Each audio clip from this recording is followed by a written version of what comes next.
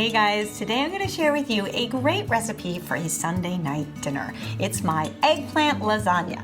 Now don't let the name fool you and you might be thinking of a big heavy lasagna with tons of noodles. This actually doesn't have any noodles in it at all. Instead, we're going to use the eggplant as our noodles. So if you're gluten-free or just trying to cut down on the carbs, this is a recipe for you. Let me show you how to make it.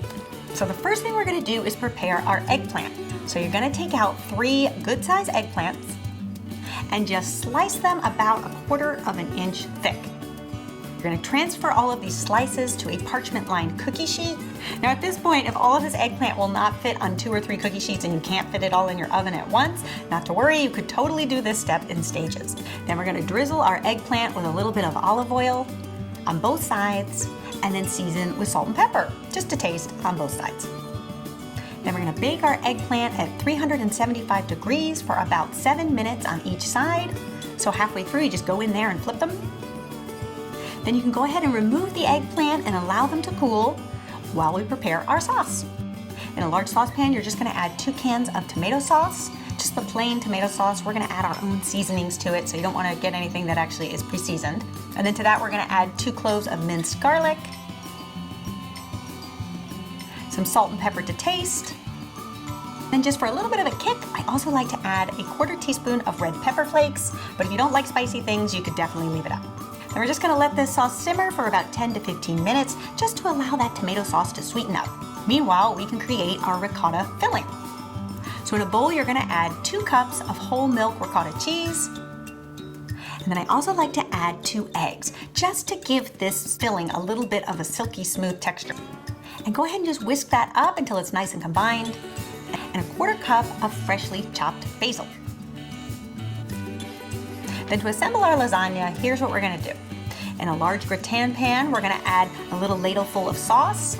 On top of that, you're gonna add your roasted eggplant, just in a single layer.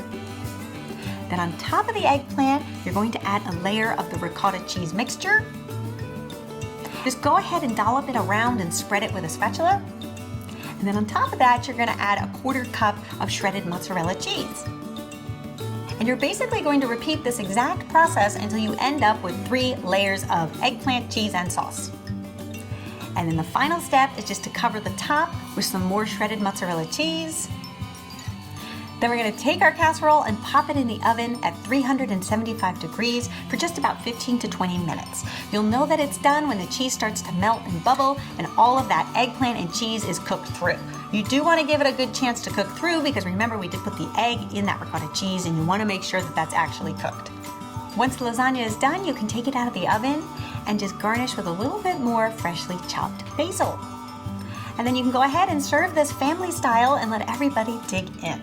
You can round it out by serving it with a salad and some homemade garlic bread. I will leave you recipes for both in the description. I hope you guys give this one a try and let me know what you think. And as always, feel free to share your results with me on Instagram. I love seeing your photos and the results of everything you guys end up making. And I also like to regram my favorites. So hey, could be yours. I'll see you guys next week for another delicious recipe.